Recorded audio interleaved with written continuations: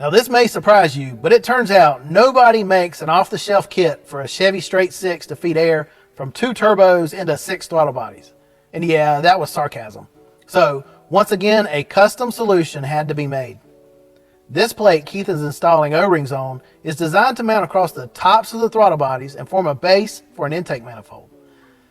As you can probably tell, it's CNC cut from a single piece of aluminum. It also forms a short intake horn to help guide air into the throttle body runners. On goes yet another O-ring into CNC cut grooves, and then Keith installs the gorgeous ribbed plenum top.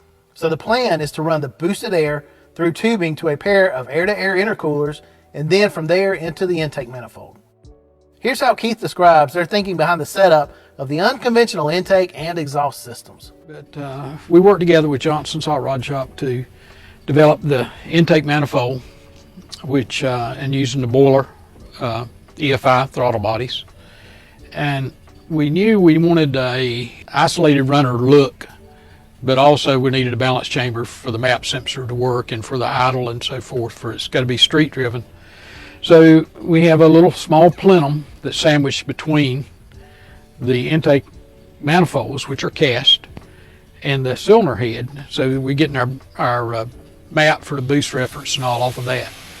And kind of the same thing on the exhaust, and we had Johnson's had the exhaust manifolds cast, which, as you can imagine, was very time consuming, took a lot of effort, a lot of time.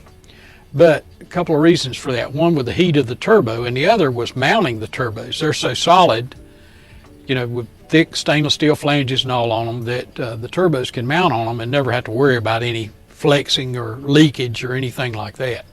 So it should be a very solid, durable, user-friendly piece. Now, here's a look at the pretty complex front drive setup. Everything gets mounted up on the custom machined front plate. During development, Johnson's Hot Rod Shop actually sent over 3D printed mock-ups to automotive specialists so that Keith could test them out and suggest changes. The water pump may look a bit unusual. That's because it's actually off of a BMW, chosen for its small size.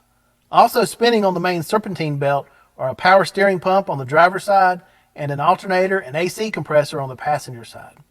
The external oil pump mounted down low on the driver's side requires a cog belt, so it gets its own setup spun by the crankshaft.